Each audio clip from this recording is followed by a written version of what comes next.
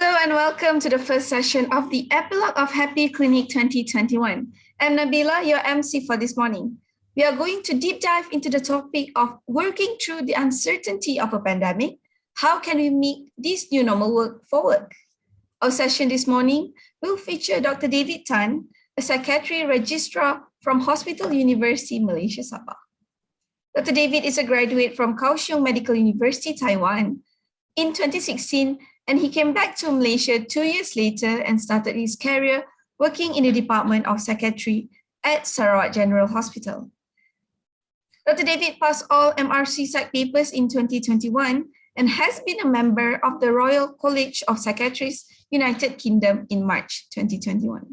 Our speaker has been working in Hospital Universiti Malaysia, Sabah since June this year.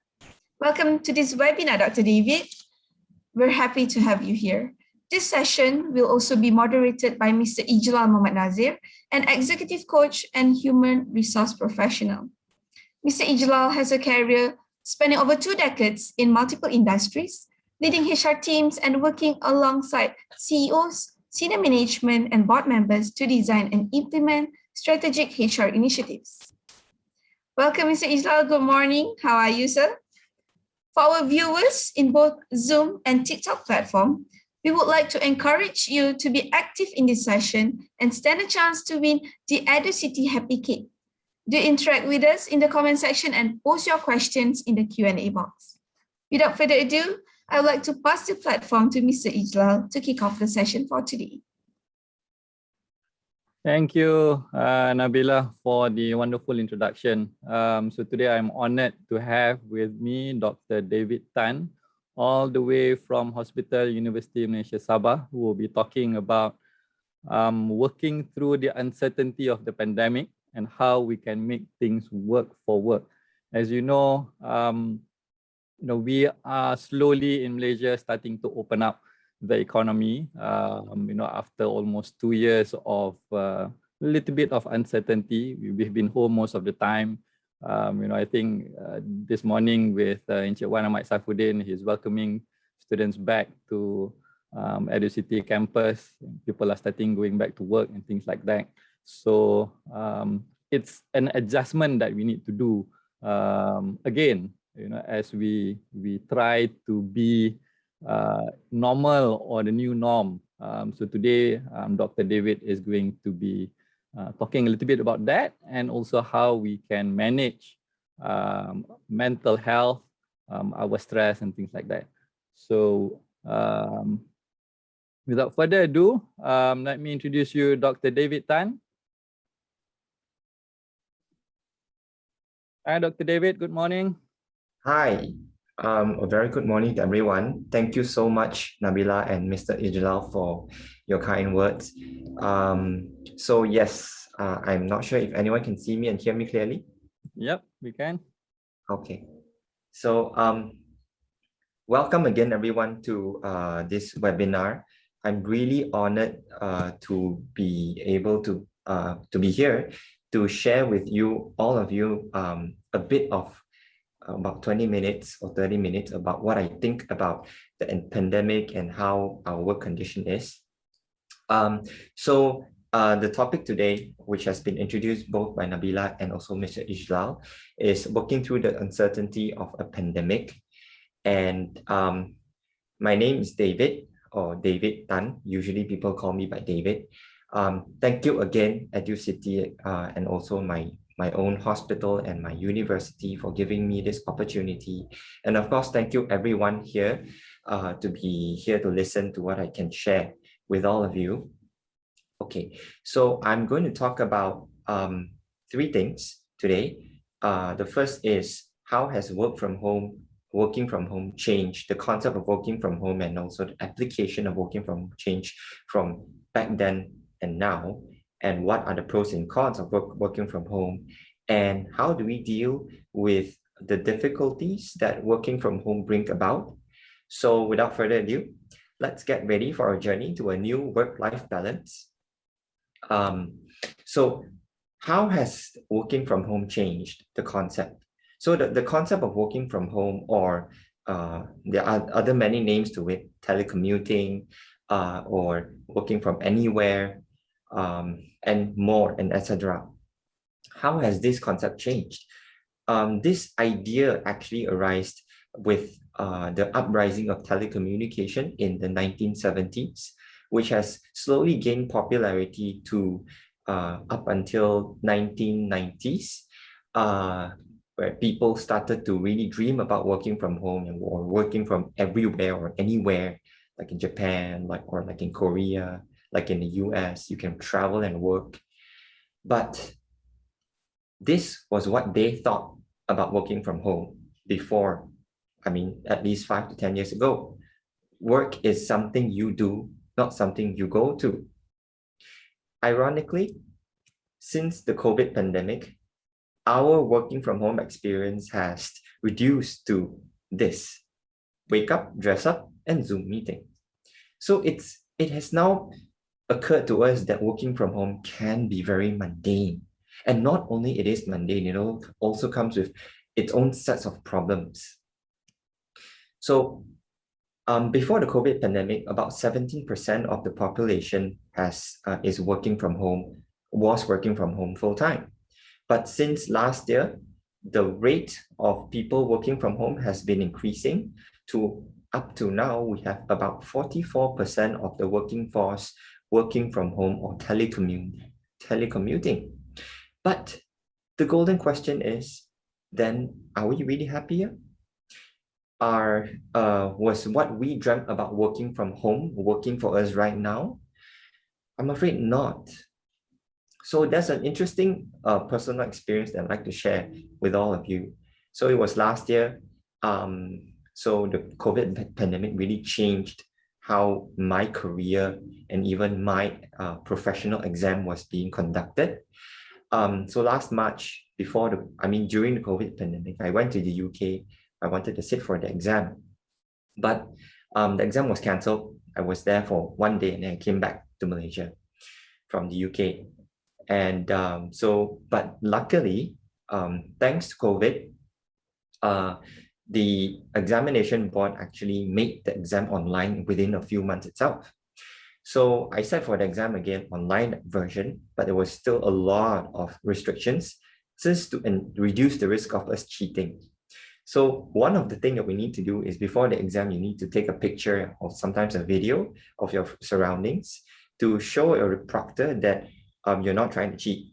So any electronic device besides the one that you're using should not appear in front of you, or if they can't be removed physically, you should unplug them. So I was told to unplug the TV in front of me. And when I unplugged, I couldn't hear anything suddenly. And only to realize that I didn't unplug the TV, I unplugged the internet and the modem power supply. And I was in panic, like, oh my God, what happened? But I finally reconnected within 5 minutes, and because the exam hasn't started, so they gave me a bit of leeway and said that I was not disqualified, and eventually I passed the exam. So I think this experience is a very awakening experience for me, because it tells me that there can be a lot of advantages for this working from home for online exams, bringing everything online. But these opportunities often come with a twist, which brings us to our next part of the talk, which is what are the pros and cons? What are the advantages and disadvantages of working from home? Well, it's not entirely good, it's not entirely bad. So the good things, one of the few of the good things about working from home is that we are finally able to overcome, or forced to overcome, the boundaries of time needed for travel. We can finally work globally in an international company without even having to move out from your place of stay, your home, from your family.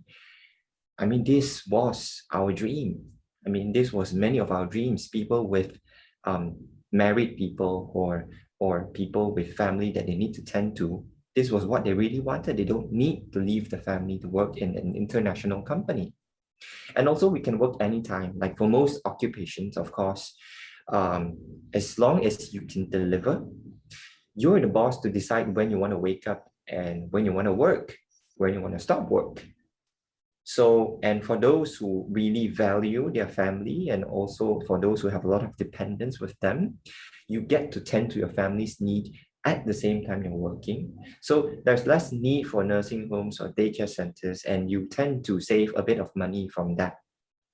And of course, there are also many other advantages if we're talking about reduced air pollution, reduced traffic congestion, and etc.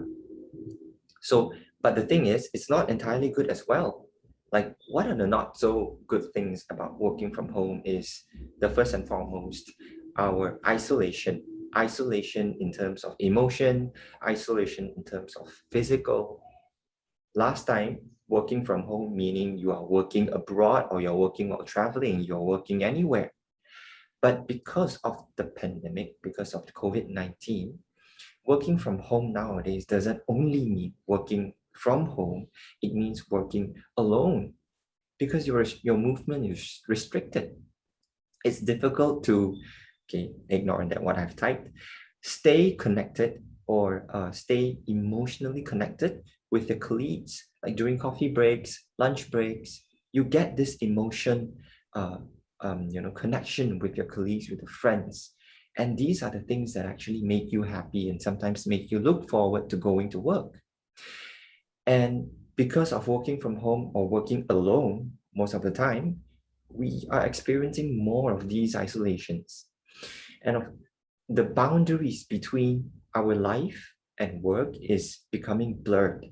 Like we are in constant philosophical debate with ourselves.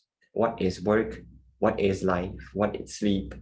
And the likes. So we're not sure anymore, like what is there even a clear boundaries between our life and our work? And for employers, the employer's worst nightmare is that employees' productivities are often like the stock market. It's just unpredictable. It can be variable.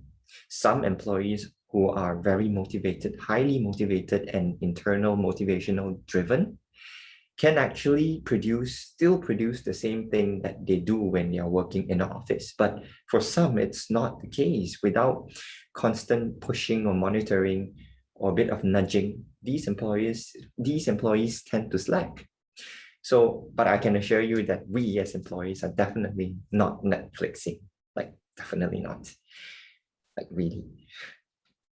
So there's an interesting experiment that can demonstrate the how important emotion is to us. For some of you who have psychology background, you might have heard of this, but many of you who do not have, this can be controversial, but it's actually a groundbreaking experiment carried out by a psychologist called Harry Harlow in 1958. So an excerpt of their experiment is a huge experiment. There's a series of them, but I'm just going to choose part of the experiment to share with all of you. You can see that this is a rhesus monkey here. So what Harry Harlow did was he separated baby rhesus monkeys right after birth from their mothers, placed them in a cage, and in the cage, there are two surrogate mothers. Okay, one surrogate mother is actually made of wire, but that surrogate mother has food on her. The other surrogate mother, like as you can see in the picture, doesn't really look like a monkey, but they try to mimic it. It's covered in terry cloth, soft.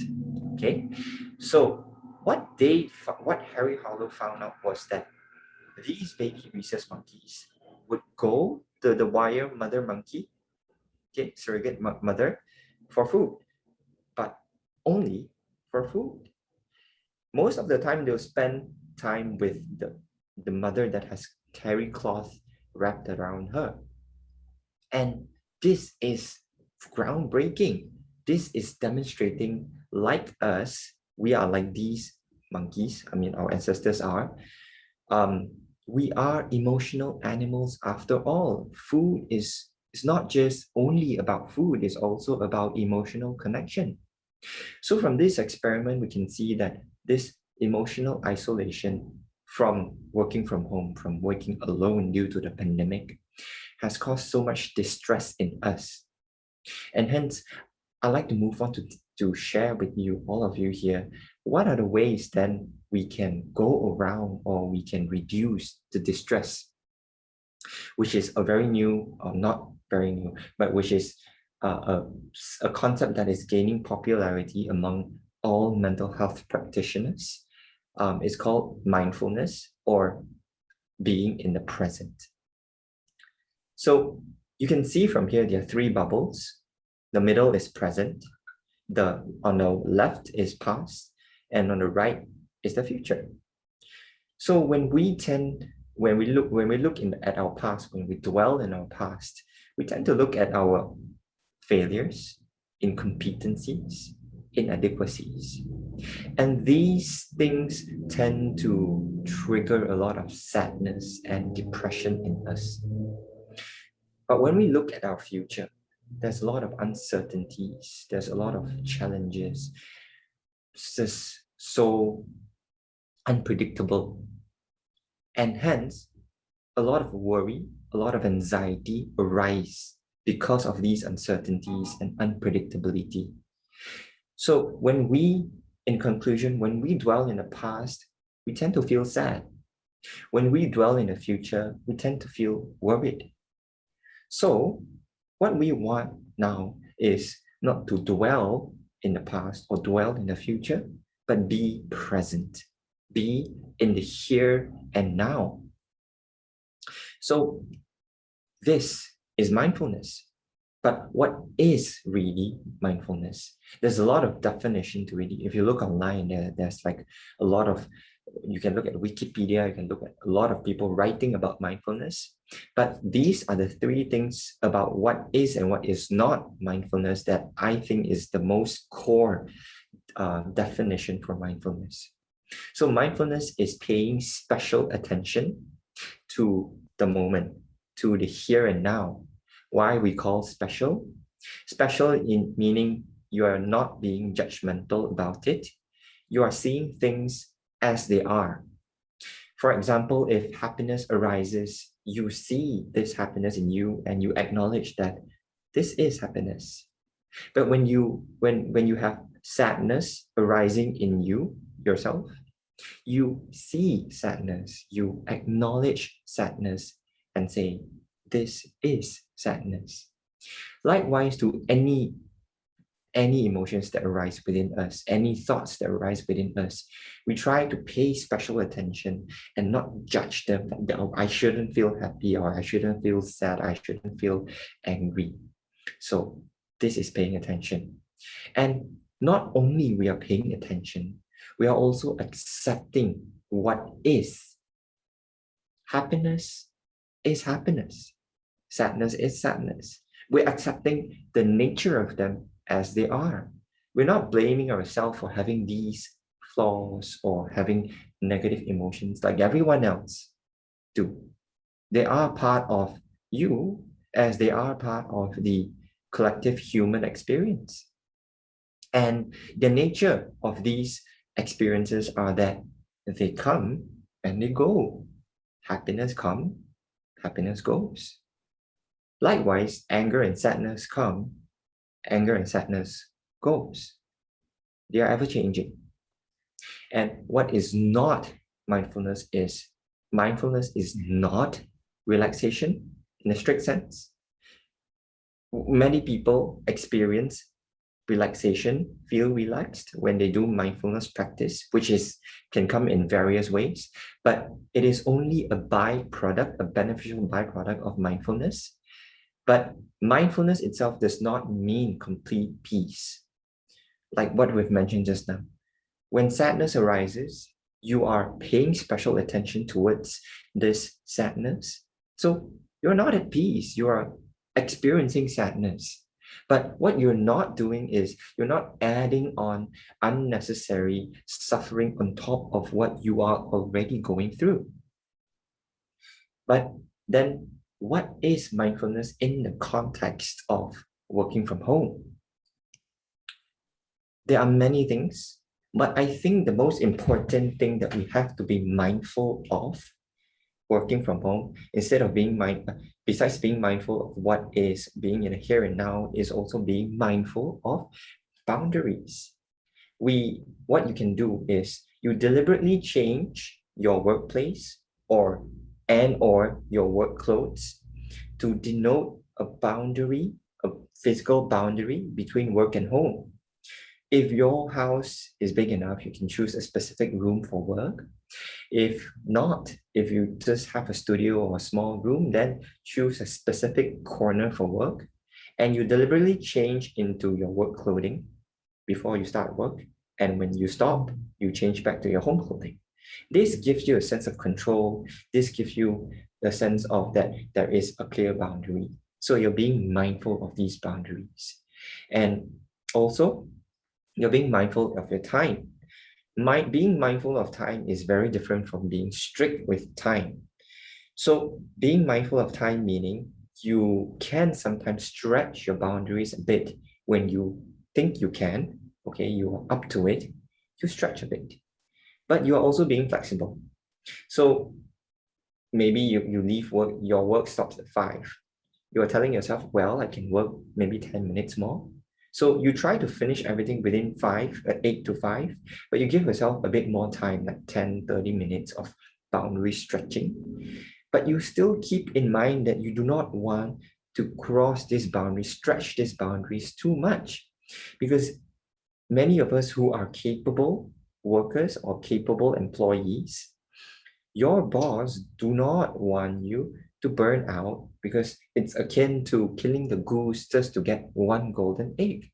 They want more golden eggs to come out from you. So they don't want you to burn out. They don't want you to just be exhausted and quit the job because you're working overtime every single day.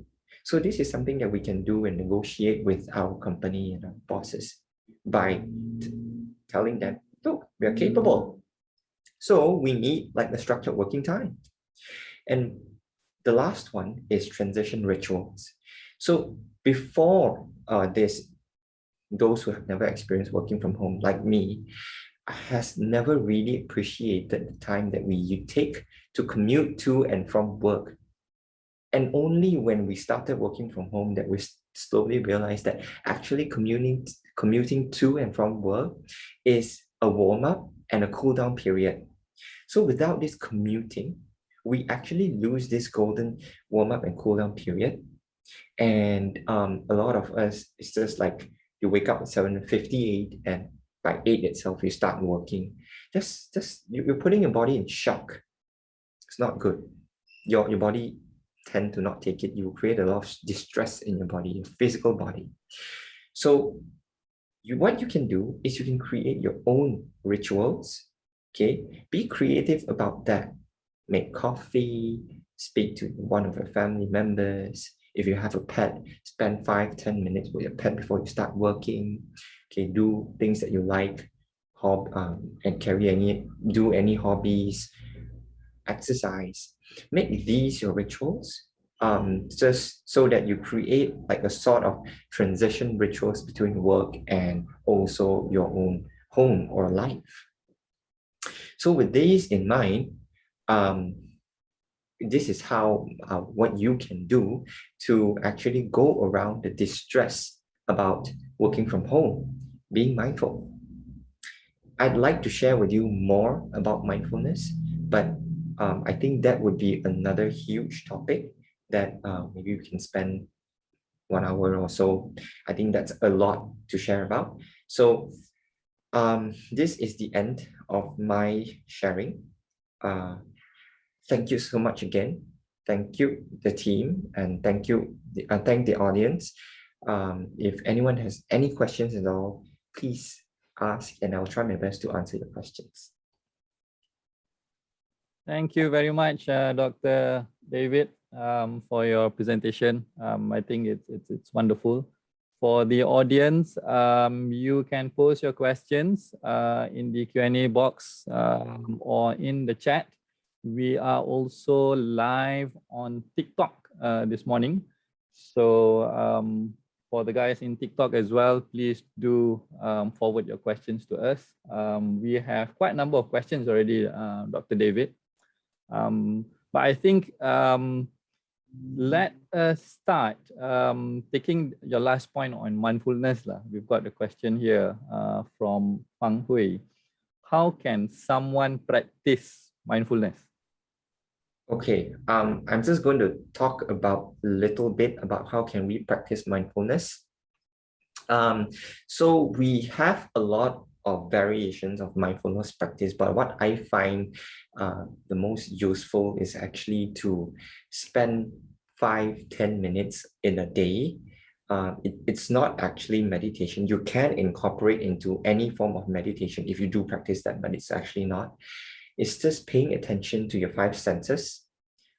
You can just be quiet with yourself, find a comfortable place, look around you, listen to sounds, look at your surroundings, try to see if there's any sense, any smell, if any taste, what's your sensation. Just pay attention to those senses. And that itself is mindfulness. Okay, great. Thank you, Dr. David. So, I do coaching. So I talk a lot to my coaches as well. And I think one stark difference is that over the past 1 year, the conversations has turned out slightly different. I don't know whether you would also experience this with your patients, right? So they're talking about them being stressful and things like that. And for me, like in coaching, I always ask them, what makes you happy, right? So when they come back and say traveling, going on holiday, nak pergi holiday tak boleh. And then okay, what else? They come and say going out with friends and makan. Want to go makan also cannot, right? So how can someone deal with this? Okay, I think it boils down to our pre-existing coping skills or coping mechanism and how we be creative with all these coping skills. Like, yes, for me, traveling has been also a way to cope with stress. I've been traveling to like the US or Japan. I was in Taiwan, travel a lot as well. I mean, not a lot, but I do travel at times. But we have to accept the fact that we are unable to do those. But we are not only people who can travel. Actually, if you notice, there's so many things that you can do. Reading, you can even, I'm learning typing. I learn languages. I play games a lot. When I was quarantined for 2 weeks, I just played games over and over again. You can also speak to people that you love or people that loves you. So be creative. Actually, there's so many things that we can do.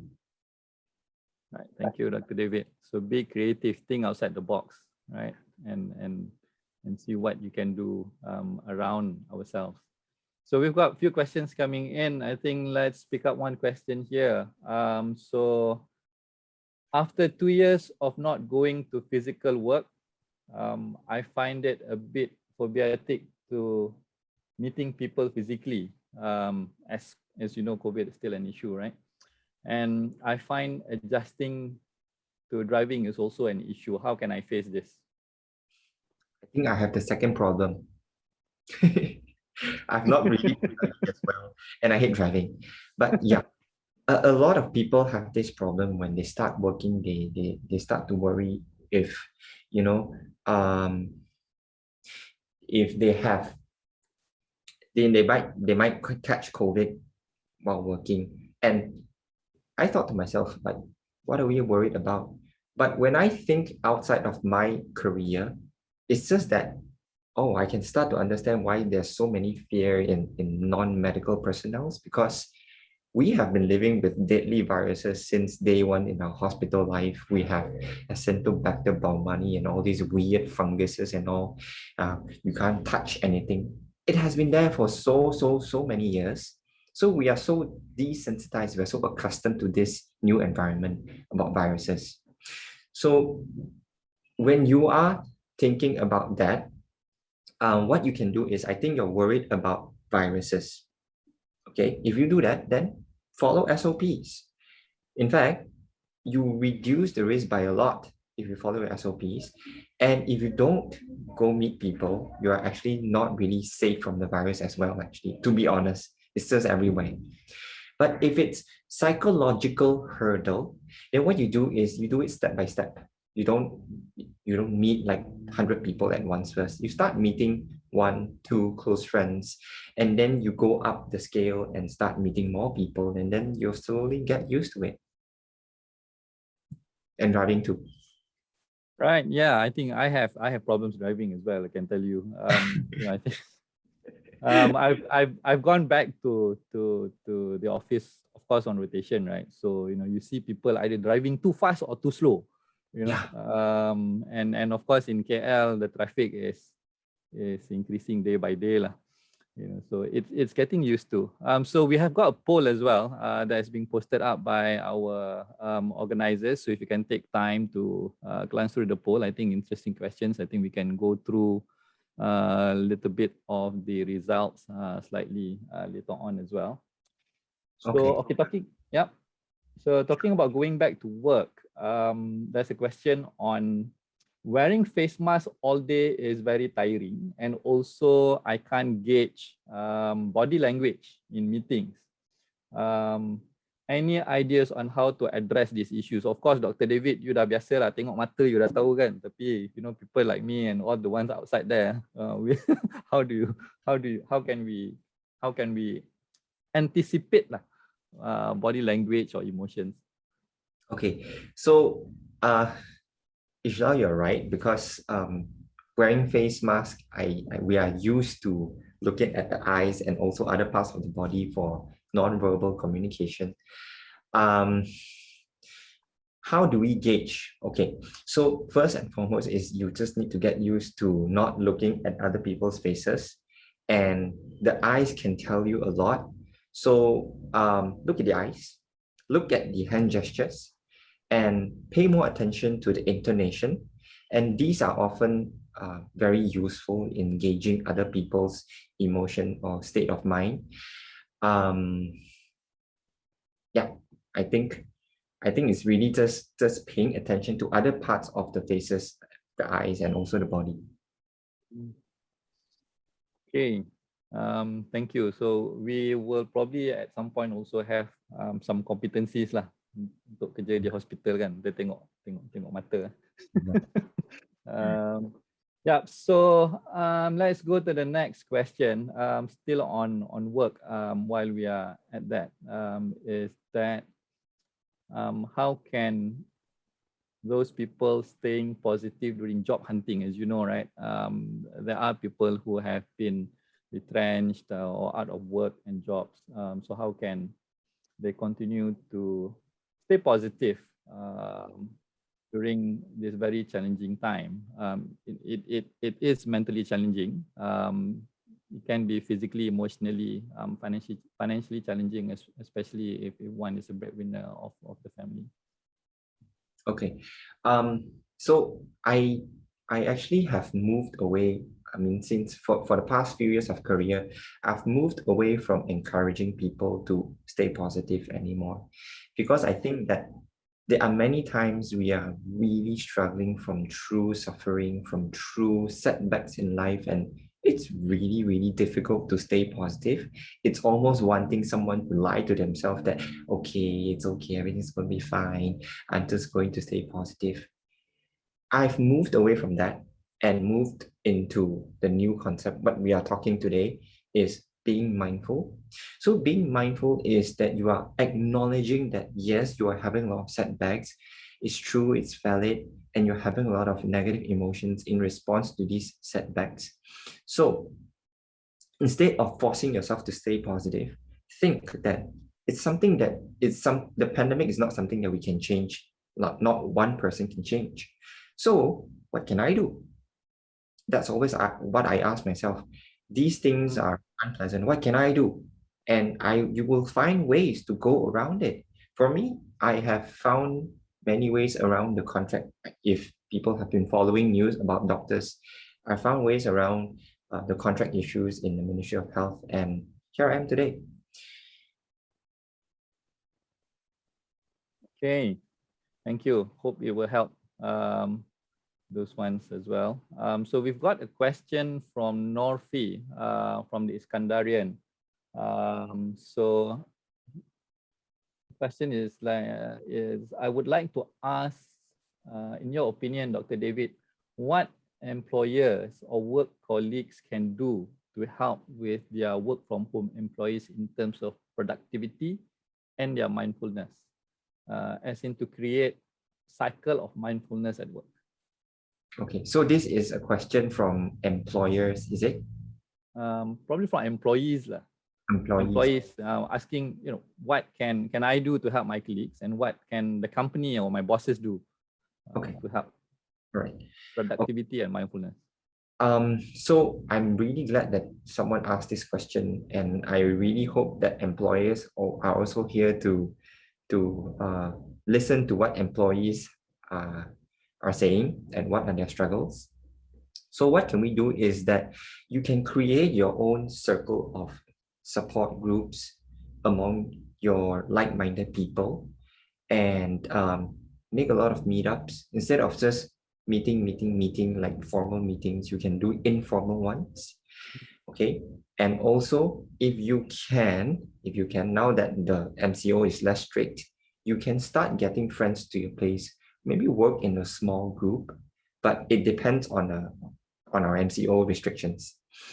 And okay, what can employers do is that they have to understand that now this new norm is also, besides giving a lot of new opportunities to employees, it's also giving our employees a lot of difficulties as well, because being at home is not always helpful. It can be a stressful environment. And I think this is true for many married person. A lot of my patients say so, that work is actually a distraction for them. They can run away from home and go somewhere else and have fun in the workplace. So what employers can do is that they should really be mindful of the time boundaries and the difficulties that employees are having. Drop in informal sessions besides the formal ones. Meet one-to-one, have individual sessions with your employees and get updates from them, listen to what they are going through, and make minor adjustments here and there. This is my 2 cents about what we can do together. Okay, thank you, Dr. David. I think if I may add, Dr. David and also Nofi, being in HR for a while and being in a team, I think there's quite a bit in terms of productivity. I think on one end, what I do and what I encourage people to do is have regular check-ins with your team, half an hour, 2-3 times a week. And of course, because everyone's home, right? You don't connect at the office, you don't say hi and things like that. So 2-3 times a week, trying to find out, of course, about the progress of work and things like that. But at the same time, asking how they are doing, having 5 minutes chit chat pagi-pagi, dah makan apa, and all these things, what you're going to do in your free time and things like that. So that's one thing. And also trying to make these meetings fun, these online meetings, people saying that there's this Zoom fatigue or online fatigue, right? So like changing the background of your Zoom or virtual meetings, doing some short games and things like that. It also helps, it zones out people for a few minutes in that as well. So that's probably some of the things that as colleagues can do. The other bit is, I think, reaching out to our colleagues, like what Dr. David is saying. So I think the bit is that it's typical, right? When we ask people, how are you doing? Or are you okay? People will answer, okay. Ada yang kata okay. Ada yang kata okay. How can we, how can we move that nudge from okay, right? From a typical answer of okay to something more meaningful? Okay, so it's actually a skill that we all can learn, which is asking open-ended questions instead of asking a lot of close-ended questions. Like close-ended questions are usually replies that for the questions would be very short. It's a yes or no. Right. or A, B, or C. Like, are you okay? It's a close-ended question. Yep. So if we do that to our patients, actually we can finish most sessions in 1 minute. Okay, patient come, you okay? Okay, okay, bye. Okay. But So open-ended questions are like, tell me, how is it going? How has your day been? How has your week been? And you can catch cues from them. He will tell, oh, I'm trying really hard to work nowadays, but my son is disturbing me. Oh, so I see that you are having problems with you working and the boundaries between you and your son. That is when you can start devising plans with your employees and also employers to work things out. yeah, we've got a comment from a couple of people as well, saying that, yeah, it's an auto okay, all good. It's easier to say that we are okay instead of explaining what's going on. I think if I may suggest, in coaching, what I do is I use probably Dr. David also familiar with scaling technique lah. You know, so okay, you're okay, fine. So you're okay between 1 to 10.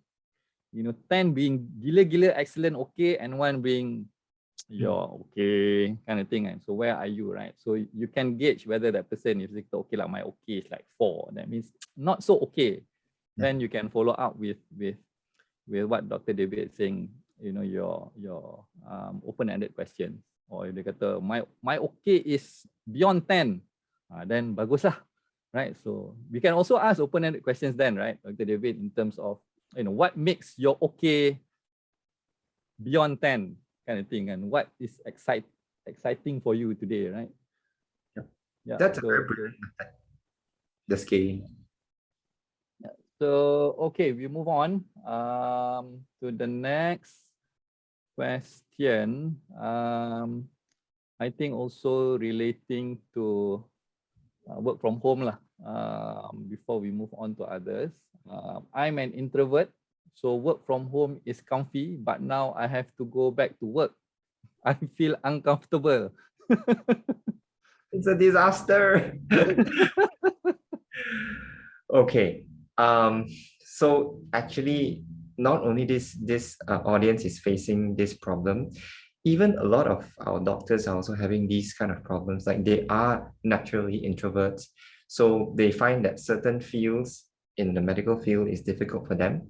So what they do is they would choose specialties that do not interact with people.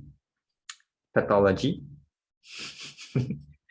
You can see those people working in the labs and all. Right. Yeah. So if you can choose work, if you're really an introvert and you really feel comfortable with working alone, then choose a work that gives you more time to be alone, and also speak with the employer. I mean, they wouldn't mind someone working for them and don't need to take up space in the office and can still produce and deliver a certain productivity. Yeah. But if you want to change, then of course, I think they will have to see you, Ijlal, to coach them to be a more extrovert person. They do want to change. But if not, then you have to change your nature of your work. Yeah, it's a self-imposed limitation. It's reframing your beliefs. I'm sure you can interact with people, right? And Many people can.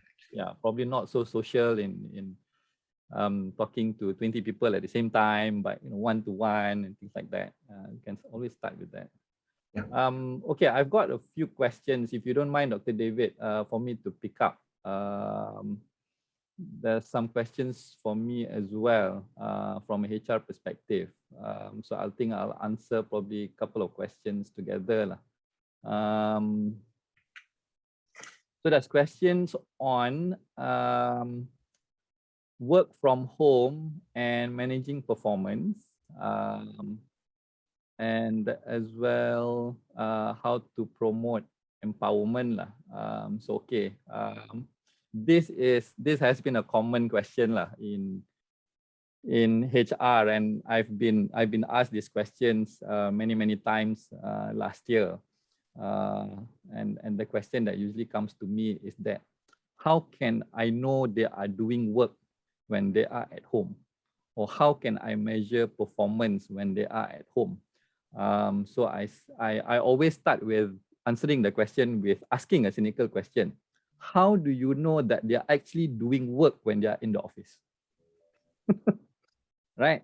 So you're sitting at your desk, right? Or as a boss or as a employee or a team member, you see someone sitting at your desk, or even like you sitting at your desk, right? You don't actually, at least for me lah, you don't like work daripada pukul 9 pagi sampai 5 petang non-stop, right? You have your breaks and things like that. And bosses also don't, or you don't sit in front of your boss all the time in that sense. So I think one major part in all this in terms of working from home or working from anywhere and managing performance is trust. We need to trust our team. So that is fundamental. If you don't trust the team, then a bit susah lah. That's number one. Secondly is that we don't measure performance based on time. We always measure performance based on output, right? So of course the output ni kadang-kadang can be like ambiguous sikit lah, you know. So we need to be slightly more exact as well. So manage expectations lah. So you can get your bosses, or if you are a boss and things like that, manage expectation of your team in a sense that, okay, we need this done and we need this done by this date, for example, right? So those check-ins that you do every few days, or if I know that there are teams that even do check-ins, half an hour check-ins every morning, you know, 15 minutes, half an hour every morning, just to find out, okay, yesterday apa kita dah achieve, today what we're going to do, you know. So you can do that as well. So I think it needs a little bit getting used to, but I think it can be done. And following up to that, there's a question in terms of how do you foresee future work arrangements benefits employees and help with their career advancement. I think we see that there are some jobs that cannot be done hybrid, so to say, right? Cannot be done work from home, work from office and things like that. Probably like Dr. David will probably be more on site rather than at home. But there are work that can be done away. So we cut the commute, like what Dr. David was saying in terms of mindfulness, right? We have rituals, but we also cut the time to commute, and our rituals can be longer or shorter. But at the same time, in terms of career advancement, because we are at home, that's number one. And number two is that now over the past 2 years, we have seen a lot of learning and development programs, trainings. Even Dr. David tadi dia explain, dia buat exam pun online. You know, so you can actually attend training courses in Europe, Australia, you know, US or anywhere in the world from the comfort of your home. So, you know, last time tak boleh, you know, we have to go for conferences and things like that. We have to be physically there, right? We have to travel, even kalau macam Dr. David from Sabah or previously from Sarawak, then attend conference on psychology ke psychiatry dekat KL, dia kena datang to KL, right? So now we don't have to do that. So we can always seek out those opportunities for career advancement, right? So that's the bit lah. So probably one question, Dr. David, for you here is that how can I put a stop to bosses who do not respect employees' weekend? Leave.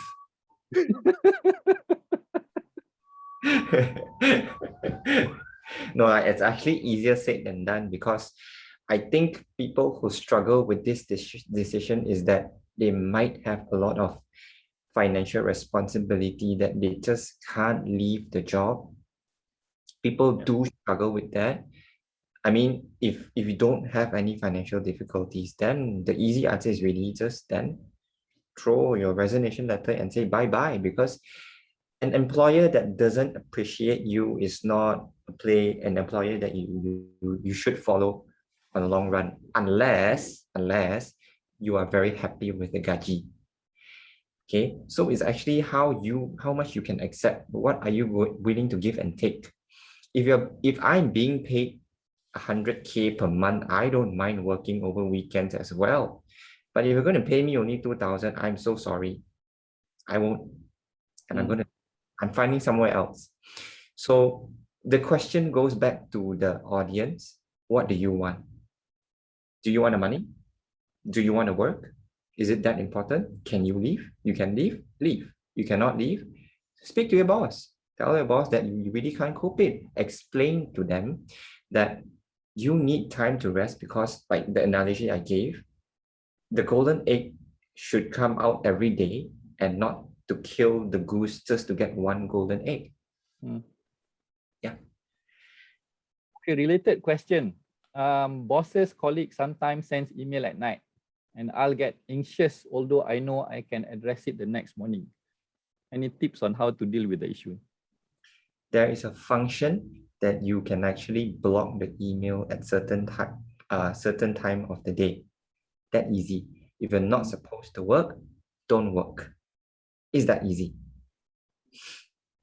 Yeah, easy. So switch off when you're home, when you're out of your working hours and things like that. Switch off and enjoy family life, whatever it is, right?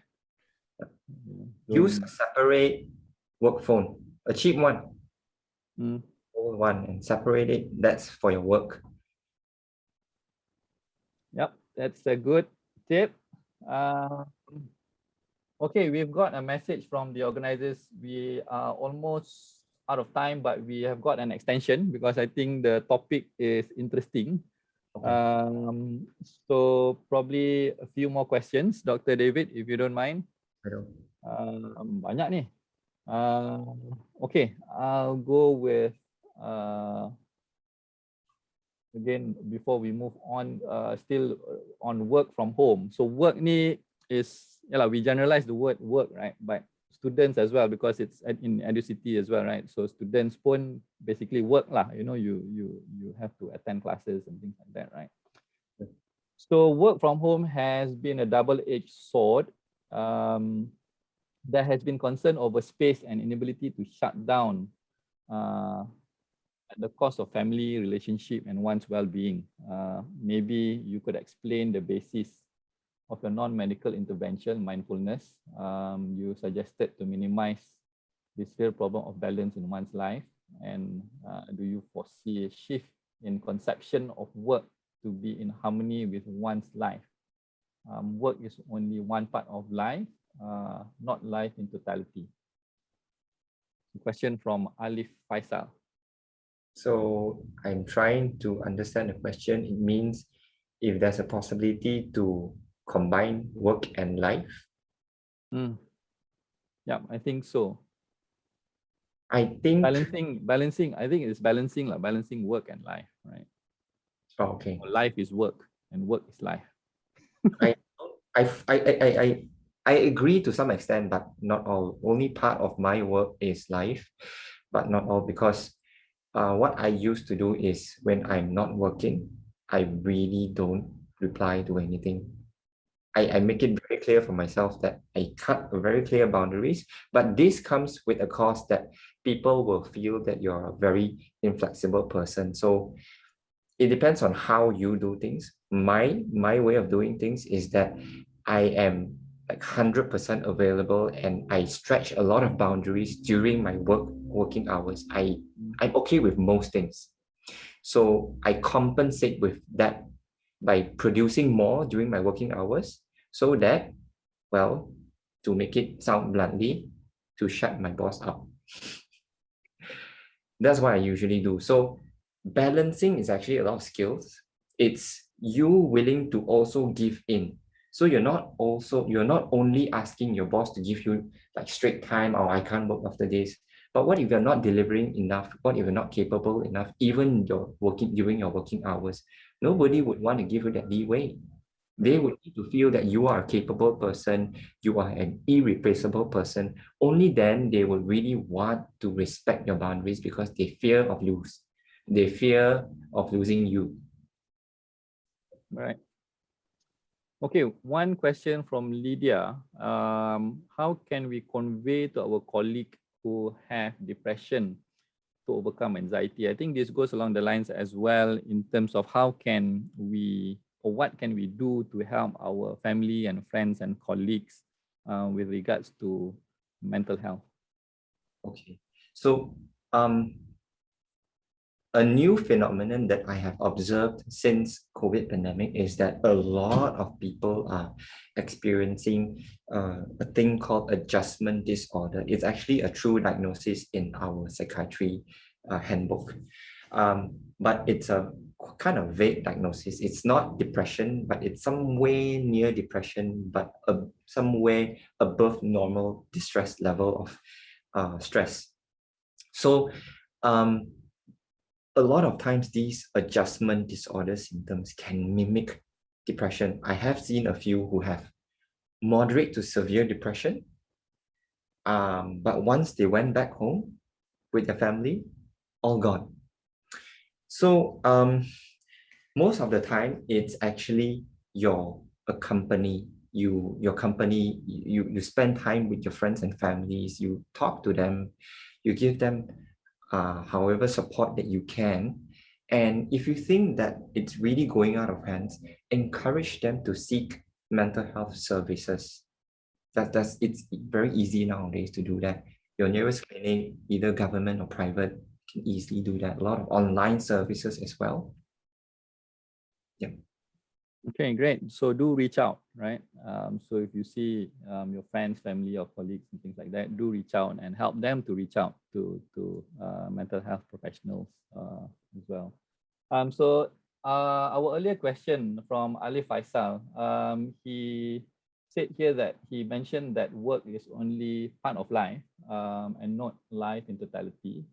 So yes, I agree. I think Alif, on one point is that there's many facets of life. I think if you Google the wheel of life, you can do that exercise or that practice and see whether your life is balanced and which part in your life that needs a little bit more for you to work on and things like that. If not, you can always reach out to me on LinkedIn as well, and we can have a chat. So a few more questions, if you don't mind. So how to become a happy and successful college student during the pandemic? That's a very, very difficult question, Ijlal. Sometimes you're happy but not successful, and sometimes you're successful but not happy. So, but again, you are being mindful of the challenges, the true challenges that you have, and there are also sadness and a lot of times disappointments as a college student. So if you're talking about completely happy, I don't think that's possible. But if you're talking about increasing the chances and also frequency of being happy as a college student, that's pretty achievable. Eager to learn, eager to help. You can negotiate, give and take. Always remember, if you want someone to respect your boundaries, you have to do it first.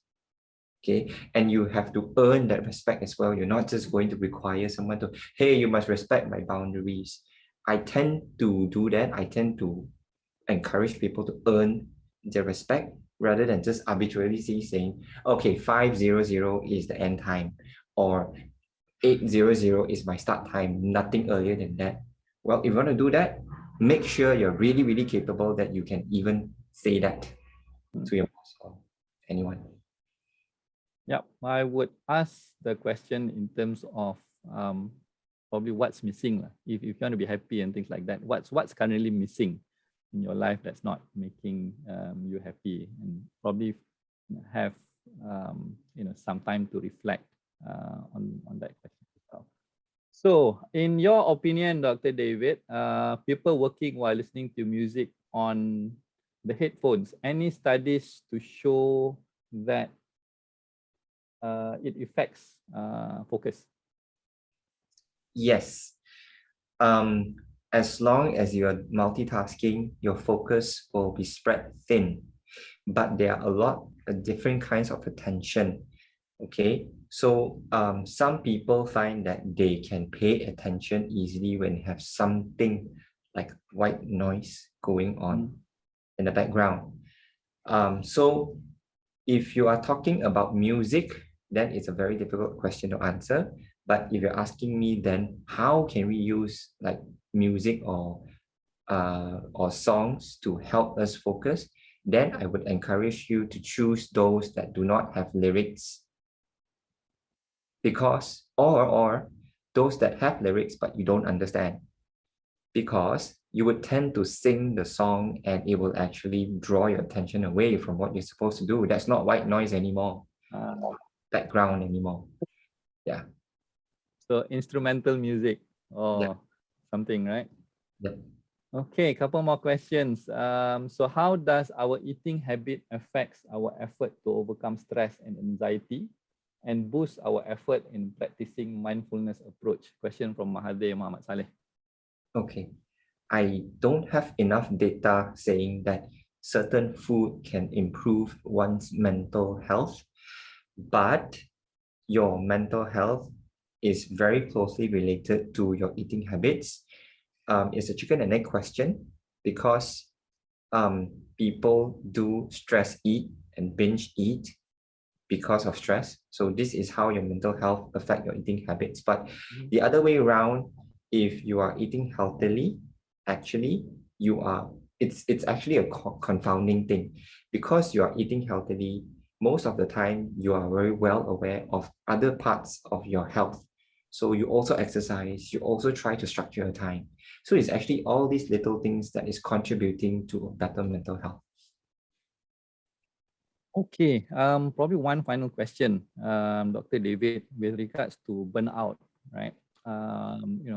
What is really burnout, and how can either we detect ourselves or our friends or colleagues when they are at the verge of burnout?